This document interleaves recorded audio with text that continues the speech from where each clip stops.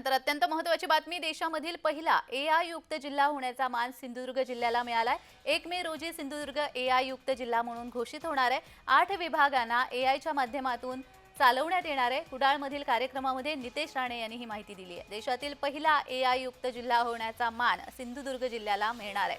1 मे महाराष्ट्र दिनी आणि सिंधुदुर्ग जिल्ह्याच्या स्थापना दिनी सिंधुदुर्ग जिल्हा एआय युक्त जिल्हा म्हणून घोषित होणार आहे। जिल्ह्याच्या प्रशासनामध्ये असणाऱ्या 8 विभागांना एआयच्या माध्यमातून चालवण्यात येणार असल्याचं मत्स्य व्यवसाय आणि बंदरे मंत्री सिंधुदुर्ग जिल्ह्याचे पालकमंत्री नितेश राणे यांनी सांगितलंय।